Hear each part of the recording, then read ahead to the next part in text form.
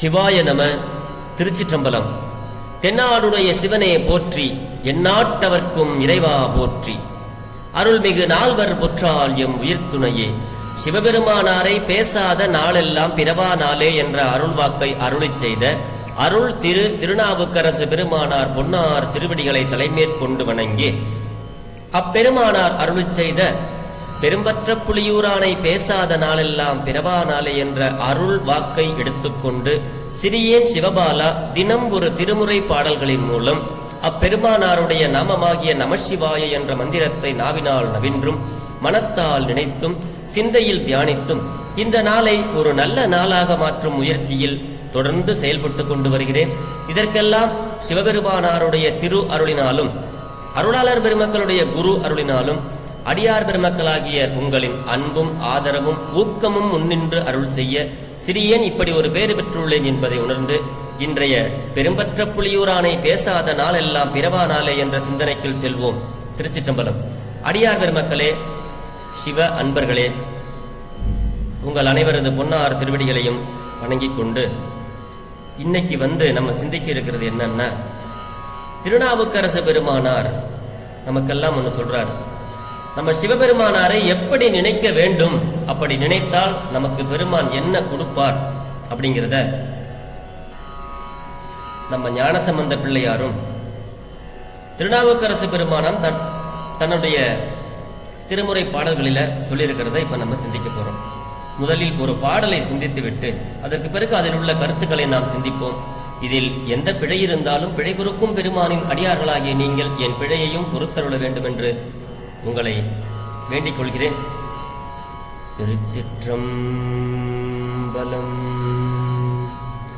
Neck neck நினைப்பவர் நெஞ்சுள்ளே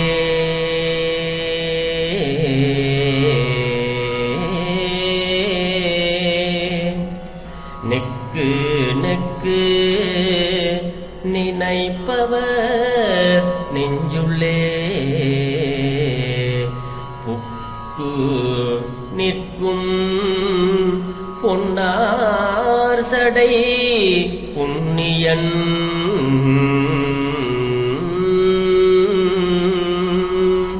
neck neck நினைப்பவர் நெஞ்சுளே book நிற்கும் பொன்னார் சடை புண்ணியன்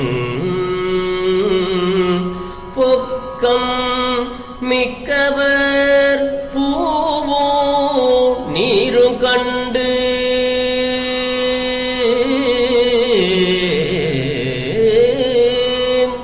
பொக்கம் மிக்கவர் பூவோ நீரும் கண்டு நக்கு நிற்பர் அவர் தம்மை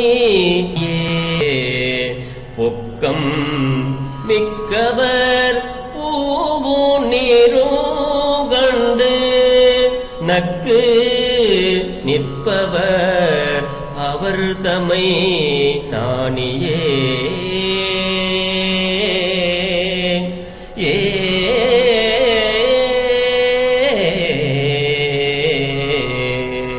திருச்சிற்றம்பலம். அதாவது திருநாவுக்கரசு பெருமானார் தன்னுடைய 5வது தமிழ் வேதமாகிய திருக்குறுந்தொகையில் அருளச் செய்த இந்த பாட்டு நெக்கு அப்படின்னா நெகிழ்ந்து, அப்படி நெகிழ்ந்து நெகிழ்ந்து நினைப்பவர் நெஞ்சுக்குள்ளே புகுந்து, புக்கு அப்படின்னா புகுந்து, பொக்கம்னா பொய், அப்படி பொக்கம் மிக்கவர் அப்படின்னா பொய்மை நிறைந்தவர்.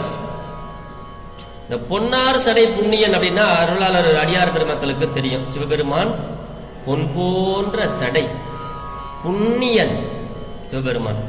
அப்படி பொக்கம் மிக்கவர் பூவும் நீரும் கண்டு நக்கு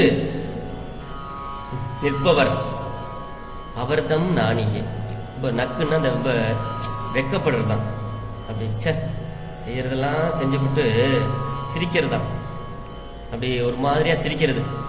அதுக்குதான் அந்த பாட்டுக்கு என்ன சாமி சொல்றாங்கன்னா, சிவபெருமான் சிரிக்கிறாரா, நக்கு நிற்பர். சிவபெருமான் ஏன் சிரிக்கிறாரு? யாரை கண்டு சிரிக்கிறாரு? அதைத்தான் இந்த பாட்டுல சொல்றாரு. சிவபெருமான் ஏன் சிரிக்கிறார், யாரை கண்டு சிரிக்கிறார் என்பனவற்றை மேற்கொண்ட திருநாவுக்கரசு சுவாமிகள் அருளிய இந்த 5வது தமிழ் வேத பாடலை ஆதாரமாக கொண்டு சிந்திக்கிறோம் இப்ப நம்ம. ஆக மனம் நெகிழ்ந்து, அதாவது உருகி இறைவரை யார் நினைக்கின்றார்களோ அவர்கள் நெஞ்சுள்ளே இறைவர் புகுந்து நிற்பார். எந்த நேரமும் நமச்சிவாயா சிவாய நமன், பெருமானே சிவபெருமானே சிவசிவா அப்படின்னு உருகி உருகி அவருடைய நாமத்தை சொல்லிக்கொண்டு அவரை நினைத்துக் கொண்டே இருப்பவருடைய நெஞ்சுக்குள்ளே இறைவர் புகுந்து நிற்கிறார். நினைப்பவர் மனம் கோயிலாய் கொண்டவன். அதையும் இவர்தான் சொல்றார் சுவாமி. அப்படிப்பட்ட பெருமான் சிவபெருமான். ஆனால் பொய்மையை உடையவர்களுக்கு உள்ள போமாட்டார் நெஞ்சுக்குள்ள.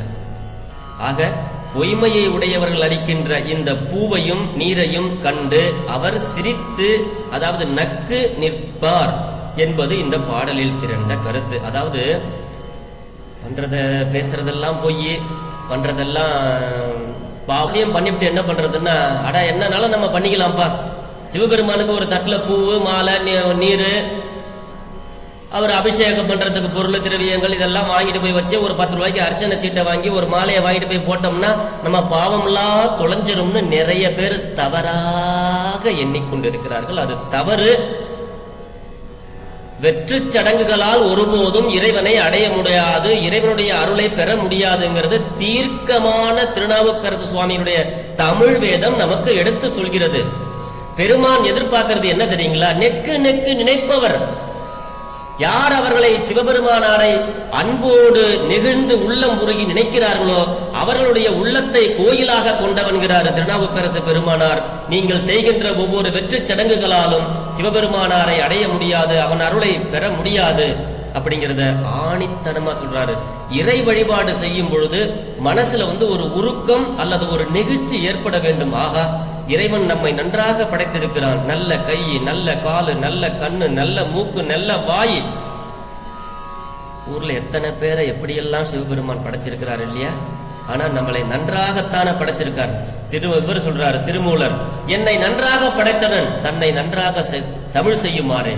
அப்படி சொல்றார் திருமூலர். 3000 ஆண்டுகள் வாழ்ந்தவர். ஆக நம்ம இறைவனுக்கு நன்றி சொல்லணும். ஒவ்வொரு நாளும் நினைந்து நினைந்து மகிழ்ச்சியோடு நெகிழ்ந்து சொல்லணும், பெருமானே நல்ல வாழ்க்கையை கொடுத்திருக்கிற, நல்ல குழந்தையை கொடுத்திருக்கிற, நல்ல கல்வி அறிவை கொடுத்திருக்கிற, உன்னை நினைக்கின்ற மனத்தை கொடுத்திருக்கிறாய். அதனால உன்னை நெகிழ்ந்து நெகிழ்ந்து நாம் பெருமானுக்கு வழிபாடு செய்யும் பொழுது நம்மளுடைய மனசுல ஒரு உருக்கம் இருக்கணும், ஒரு நெகிழ்ச்சி ஏற்படணும். இதுதான் நம்ம திருநாவுக்கரசு சாமிகள் அதைத்தான் சொல்றாங்க. அப்படி நெஞ்சம் முருகி வழிபாடு செய்வார் நெஞ்சுள்ளே இறைவர் புகுந்து நிற்பார் என்பது அவரது அனுபவ வார்த்தை. திருநாவுக்கரசு பெருமானாருக்கு வந்த இடர்கள் 1 அல்ல 2 அல்ல, சொல்லிக்கொண்டே போகலாம். ஆக இதே கருத்தை திருஞான சம்பந்த பெருமானா சொல்றாரு. திருஞான சம்பந்த பெருமானும் சொல்றாரு. இந்த பாடல் 2வது தமிழ் வேதத்துல 111வது பதிகம். பன்னீர் பொழிந்த வீணையர் 14 கணமும் உணரா நஞ்சு உண்ண பொழிந்த மிடற்றினர் உள்ளம் உருகி உடனாவார். உண்ண பொழிந்த மிடற்றினார் உள்ளம் உருகில் உடனாவார். நம்மளோட ஒன்றா வந்துடுறாரா சிவபெருமான். சிவபெருமான நினைக்க நினைக்க உள்ளம் ஒன்றுபட்டு நம்ம நினைச்சிட்டோம்னா நமக்குள்ள வந்துடுறாரு. அதைத்தான் சொல்றாங்க. பன்னிசை பொருந்திய வீணையை உடையவரும் 18 தேவர்கணத்தினர் ஆகியோர் உணர முடியாத வகையில் நஞ்சை உண்டு விளங்கும் கடித்தினை உடைய சிவபெருமானார் உள்ளம் உருகும் பொழுது நம்மிடத்தே உள்ளே புகுந்து விளங்குகின்றார். ஆக உள்ளம் உருகுகின்ற வழிபாடுதான் உண்மையான வழிபாடு ஆகும். தற்கால வழிபாடுகளினால் உள்ளம் உருகும் வாய்ப்புகள் உள்ளனவா என்று சிந்தித்து பாருங்கள். தற்காலத்தில் உள்ள முறைகளால் உள்ளம் உருக 1% கூட வாய்ப்பு இல்லைங்கிற மாதிரி தான் இருக்கு. ஏன்? உள்ளம் உருகினால்தான் இறையருளை பெற முடியும் என்பதே நமக்கு தெரிந்ததல்லவா? ஆனால் பொருட்செலவு செய்துவிட்டால் இறையருளை பெற்றுவிடலாமே என்றெல்லாம் நாம் எண்ணி அப்படி செய்து வருகிறோம். ஆடம்பரமும் பொருளற்ற சடங்குகளிலாலும் நாம் மூழ்கி இருக்கின்றோம். அவைகள்தான் இறை வழிபாடு என்று சுயநலவாதிகள் நம்மளிடையே திணித்து விட்டார்கள், கற்பித்து விட்டார்கள். அதை நாம் முதலில் கைவிட தயாராகவும் இல்லை. காரணம் தமிழ் வேதங்கள் மக்களிடையே பரவாமைதான். இந்த திருக்குறுந்தொகையாக இந்த பாடல் எத்தனை பேருக்கு தெரியும்? நமக்கு தெரியாது. ஆக இது போன்ற வெற்றி சடங்குகளால இறைவனை அடைய முடியாத உள்ள முருகி ஒன்றுபட்டு சிவபெருமானாரிடத்திலே அன்பே சிவமாய் அமர்ந்திருக்கிற பெருமானுகிட்ட அன்பை செலுத்தினாதான் அவருடைய அருளை பெற முடியுங்கிறது மக்களிடையே இந்த திருமுறை பாடல்கள் பரவாமைதான் காரணம் என்கிறார் நாவுக்கரசு பெருந்தகையார். நம்ம நினைச்சு பார்க்கணும், தமிழ் வேதங்களாகிய 12 திருமுறை மக்களிடையே பரவாமைதான் இந்த அறியாமைக்கு காரணம். தமிழ் வேதங்கள் யாவும் கடவுளை கண்டவர்கள் அருளியவை, உடலோடு முத்தி பெற்ற புண்ணியவான்கள் மூலம் இறைவரே அருளியவை. இங்கு வெற்றி சடங்குகளுக்கு இடமே இல்லை என்பதை நாம் உணர வேண்டும். உண்மை, நேர்மை, அன்பு, ஈகை ஆகிய நல்ல பண்புகளை கொண்டதுதான் இறை வழிபாடு என்பதை பறைசாற்றுபவை நமது தமிழ் வேதங்கள். தமிழர்களுடைய இறை வழிபாடு ஒழுக்கத்தின் அடிப்படையில், அன்பின் அடிப்படையில், கருணையின் அடிப்படையில் அமைந்ததே. அப்படிப்பட்டது நம்மளுடைய தமிழர்களுடைய இறை வழிபாடு. அன்பின் அடிப்படையில் அமைந்தது, கருணையின் அடிப்படையில் அமைந்தது நம்மளுடைய வழிபாடு. பிற மொழியினர் திணித்த வழிபாடு சடங்குகளை மட்டுமே அடிப்படையாக கொண்டதாகும். அதனால் தான் தற்காலத்தில் கோயிலுக்கு செல்பவர்கள் கூட்டம் அதிகமாகிக் கொண்டே இருந்தாலும் சமுதாயத்தில் களவு, கொலை, கொள்ளை, ஏமாற்றுதல் போன்ற தீமைகள் அதிகமாகிக் கொண்டே வருகின்றன. பக்தி அதிகமாகும் பொழுது சமுதாயத்தின் தீமைகள் குறைய வேண்டும். ஆனால் இங்கே நிலைமை எதிர்மறையாகத்தான் உள்ளது. காரணம், இறை வழிபாடு நமது அருளாளர்கள் வாழ்ந்து காட்டிய வகையில் அமையாததே ஆகும். ஆலயங்கள் எல்லாம் இன்று வியாபார தலங்களாக மாறிக்கொண்டு வருகின்றன. அதை நாம் பார்த்து கொண்டுதான் இருக்கிறோம். நாமும் இறைவரிடம் வியாபாரம் செய்யவே ஆலயத்திற்கு செல்கிறோம். நன்றாக சிந்தித்து பார்த்தோமேயானால், எனக்கு சிவபெருமானே, எனக்கு இந்த நன்மையை செய்தால் நான் 108 தேங்காய் உனக்கு உடைக்கிறேன். சிவபெருமானாரே, எனக்கு நல்ல பணம் வந்ததுன்னா உனக்கு தேன் அபிஷேகம் செய்கிறேன். இப்படியெல்லாம் சிவபெருமானுகிட்ட போய் வியாபாரம் செய்து வருகிறோம். நமது உலக ஆசைகளை அல்லது உலக தேவைகளை நிறைவேற்றி வைக்கும் ஒருவராகத்தான் நாம் கடவுளை போய் வேண்டோம். இவற்றுக்கெல்லாம் காரணம் தமிழ் வேதங்களாக இவற்றுக்கெல்லாம் காரணம் இந்த தமிழ் வேதங்களாக திகழும் 12 திருமுறைகள் மக்கள் மனத்தில் பரவாமையே. ஏன்னா நம்ம தமிழ் வேதம் என்ன சொல்லுதுன்னா, அன்பை செலுத்துங்கள், பூவை கொண்டே போடுங்க, அதைத்தான் சொல்லுது.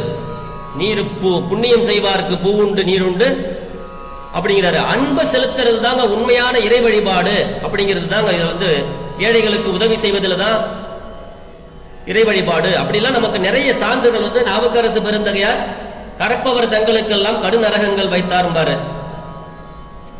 அதுக்கும் ஒரு பாடல்லே நமக்கு முறைகளை சொல்றாரு. அப்படி எல்லா பாடல்களுக்கும் பெருமான் நமக்கு பாடல்களின் மூலமாக சொல்லிக் கொண்டே இருக்கிறார். நம்முடைய செயல்களை கண்டுதான் சிவபெருமான் சிரிக்கின்றார். பூசும் நீர் போல நமது உள்ளமும் தூய்மையாக அமைய வேண்டும். அப்பொழுதுதான் நமது செயல்கள் உலகத்திற்கு நலம் உள்ளவனாக அமையும். அது வரைக்கும் நம்ம எந்த செஞ்சாலும் நம்ம உள்ள தூய்மையோட செஞ்சாதான் அது உலகத்துக்கு மற்றவங்களுக்கு நல்லதா அமையும். அப்பொழுதுதான் நமது செயல்களும் உலகத்திற்கு நலம் தரும். இரட்டையாக உள்ள, அதாவது இணைந்து உள்ள பழம் வாழைப்பழத்தை பிரிக்க கூடாது என்கிறார்கள். நல்லது. ஆனால் 2 நண்பர்களை பிரித்து வைத்து வேடிக்கை பார்க்கிறார்களே, அதுதான் பொய்மையான வாழ்க்கை. குரங்கினங்களை கண்டால் கோல் கொண்டு விரட்டி அடிக்கிறார்கள். அதே குரங்கு மின்கம்பியில் தாக்கப்பட்டு இறந்த பிறகு கோயில் கட்டுகிறார்கள். இது ஒரு சில இடத்துல நடந்துகிட்டு தான் இருக்கு. ஆக தாய் தந்தையர் உயிருடன் வாழும் பொழுது எந்தவித உதவியும் செய்யாத பலரை பார்த்ததுண்டு. நிறைய பேரை பார்த்திருக்கேன் எங்க கிராமத்துல. ஆனா அந்த தாய் தந்தையர் நல்லா இருக்கும்போது சோறு கொடுக்க மாட்டாங்க, தண்ணி கொடுக்க மாட்டாங்க, காசு கொடுக்க மாட்டாங்க. ஒரு வெத்தலை பாக்கு வாங்கி போட்ட கூட காசு கொடுக்க மாட்டாங்க கிராமத்துல. ஆனா அவங்க இறந்த பிறகு பார்த்தோம்னா வீட்டுல ஒரு பெருசா ஒரு படத்தை செஞ்சு நடு வீட்டுல வச்சு பெருசா மாலையை போடுவாங்க. ஆனா இது எல்லாரும் இல்லைங்க, ஒரு சிலரை மட்டும் தாங்க சொல்றேன். அன்பாக உபசரிப்பவர்களும் நிறைய பேர் உண்டு. நான் பாட்டுக்கு பொதுவா சொல்லிட்டேன்னா அது அவர்கள் மற்றவங்களுடைய மனசை புண்படுத்தக்கூடாது பாருங்க. நான் எல்லோரையும் சொல்ல, ஒரு சிலர்கள் மட்டும்தான். அன்புடன் உபசரிப்பவர்கள் நிறைய பேர் இருக்காங்க. அப்படி செய்யாதவர்களை தான் சொல்றேன். உலகம் நிலையில்லாததுங்க, பொருளும் நிலையில்லாதது என்று பேசுவோமே. ஏழைகள் மீது இரக்கம் காட்டி உதவி செய்வது என்பது சமுதாயத்தில் இல்லாமல் போய்விட்டது. நான் நல்லா இருந்தா போதும், என் குடும்பம் நல்லா இருந்தா போதும், என் அடுத்த தலைமுறைக்கு சேர்த்து வைக்கிறதெல்லாம் பாக்குறாங்களே தவிர ஏழைகளுக்காக நம்ம உதவி செய்யறது ஈகை அப்படி நம்மள்ட்ட இல்லாம போச்சு. இப்படிப்பட்ட வாழ்க்கையைத்தான் பொக்கம் அப்படிங்கிறாரு சுவாமி அந்த பாட்டுல சொல்றாரு இல்லையா. பொக்கம் மிக்கவர் பூவும் நீரும் கண்டு நக்கு நிற்பவர் அப்படிங்கிறாரு இல்லையா. அதுதான் அந்த பொக்கம் என்பதற்கு தான் இவ்வளவு தூரம் நம்ம போய் சொன்னோம். பொய்மை மிகுந்த வாழ்க்கை என்கிறார் திருநாவுக்கரசு சுவாமிகள் பொக்கம் என்ற சொல்லுக்கு. இப்படிப்பட்ட வாழ்க்கையை உடையவர்கள் அளிக்கும் பூவையும் மலரையும் நீரையும் கண்டு இறைவர் சிரிக்காமல் வேறு என்னங்க செய்வாரு? டே, செய்யறதெல்லாம் செஞ்சுட்டு இப்படி பூவும் நீரும் எல்லாத்தையும் கொண்டு வந்து நிக்கிறியன்ட்டு சுவாமி என்ன பண்ணுவாரா, அந்த மூலஸ்தானத்துல இருந்து அப்படியே சிரிச்சுக்கிட்டே நேரம் எட்ட வந்துருவாரா. அடே பாவி, இவ்வளவு அக்கிரமத்தை செஞ்சுவிட்டு பூவு மாலை தண்ணி எல்லாத்தையும் கொண்டு வரான் என்று நக்கு நிற்பார். அப்படி தள்ளிக்குவாரு, சிரிச்சுக்கிட்டே இப்படி தள்ளிடுவாருங்க. வேற என்ன பண்ணுவார் அவரு? அறவழியில் பொருளை சம்பாதிக்க யாவரும் முற்பட வேண்டும். நல்ல வழியில சம்பாதிக்கணும். மனதில் கொடுக்கும் குணம் மேலோங்கி நிற்க வேண்டும். மற்றவர்கள் நமக்கு எதை செய்யக்கூடாது என்று எண்ணுகிறோமோ அதனை நாம் மற்றவர்களுக்கு செய்யவே கூடாது. மற்றவர்கள் நமக்கு எதை செய்ய வேண்டும் என்று எண்ணுகிறோமோ அதனையே நாம் பிறருக்கு செய்ய வேண்டும். நன்மையும் தீமையும் பிறர் தர வாரா. நாம் எதை செய்கிறோமோ அதுவே நமக்கு திரும்பி வரும். இதுவே பொய்மையற்ற வாழ்வாகும்.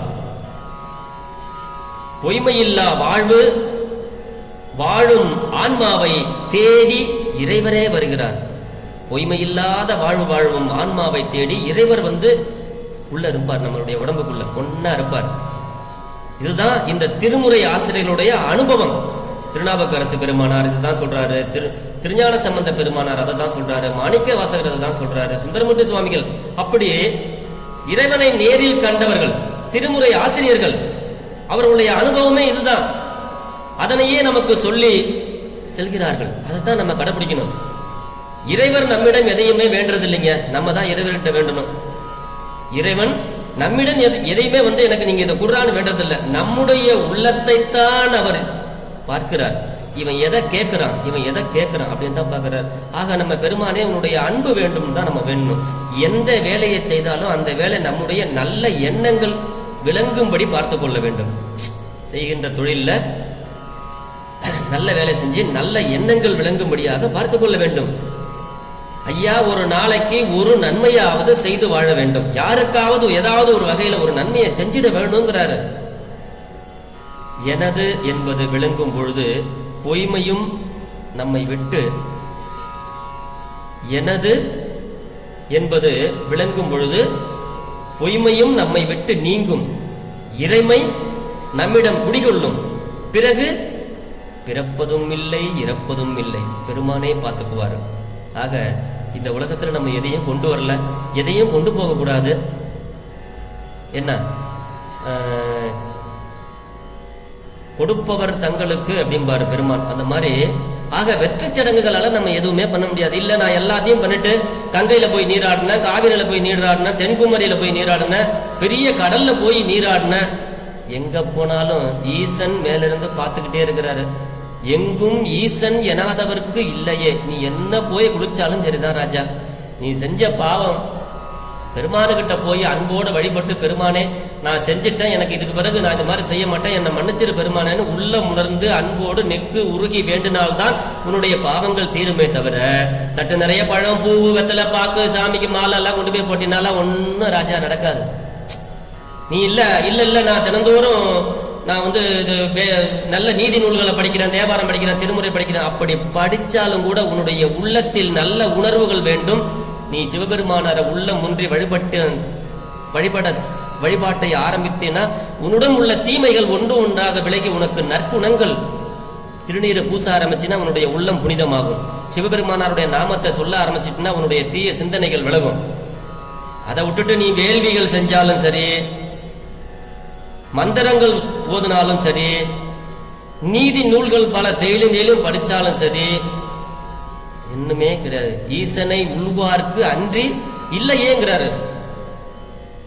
நாம் செய்யக்கூடிய செயல்கள் நம்மிடம் இறை உணர்வு மேலிட வேண்டும். இறை உணர்வே சிறிதும் இல்லாமல் சடங்குக்காகவும் சம்பிரதாயத்துக்காகவும் செய்யப்படுகின்ற எந்த செயலும் நமக்கு பயன் அளிக்காது. இது நாவுக்கரசு பெருமானாருடைய ஆணித்தனமாக நமக்கு சொல்கிறார். ஆக சிவபெருமானுக்கு நாம் செய்ய வேண்டியதெல்லாம் என்னவென்றால், அன்போடு காதலாகி கசிந்து கண்ணீர் மல்கி அன்பென்னும் ஆறு கரையது புரள, அந்த மாதிரி அருளாளர்கள் நமக்கு நிறைய சொல்லிக்கிட்டே இருக்கிறாங்க. சிவபெருமானாரை சிந்தித்தோம் என்னால் நம்மளுடைய பேதமை எல்லாம் தீரும். நமக்கு நல்ல சிந்தையை கொடுப்பாருங்கிறாரு. சிந்தையை கொடுத்ததோடு மட்டும் இல்ல, அளவில்லாத ஆனந்தத்தையும் கொடுப்பார் அப்படின்லாம் பெருமான் சொல்லிக்கிட்டே இருக்கிறாரு தன்னுடைய தமிழ் வேதங்கள்ல. இதை நாம் தான் உணர்ந்து சிவபெருமானாரிடத்துல நாளும் நெக்கு நெக்கு நெக்கு நெக்கு மனம் உருகி உருகி சிவபெருமானாரிடத்துல உண்மையான அன்பையும் அந்த உண்மையான அன்போடு மலரையும் நீரையும் கொண்டு போய் பெருமானாரிடத்திலே சாத்தினோமையானால் வாழ்வில் எல்லாம் பெற்று நீரு போல் உள்ளும் புனிதர்களாக மாறி பிறருக்கு தீமை செய்யாத எண்ணத்தையும் பிறருக்கு நன்மை செய்யக்கூடிய எண்ணத்தையும் சிவபெருமான் நமக்கு அருளி நற்கதியும் கொடுத்து சிவகதியை தருவார் என்பதில் ஐயமில்லை என்று சொல்லிக்கொண்டு இன்றைய பெரும்பற்ற புலியூரானை பேசாத நாளெல்லாம் பிறவா நாளே என்ற சிந்தனையில் உங்களோடு சிந்தித்து விட்டேன். இதில் எந்த பிழை இருந்தாலும் பிழைபொறுக்கும் பெருமானின் அடியார்களாகிய நீங்கள் என் பிழையை பொறுத்தருள வேண்டும் என்று உங்களது பொன்னார் திருவடிகளை வேண்டிக் கொண்டு விடைபெறுகிறேன். பேசாத நாளெல்லாம் பிறவா நாளே. சிவா. திருச்சிற்றம்பலம்.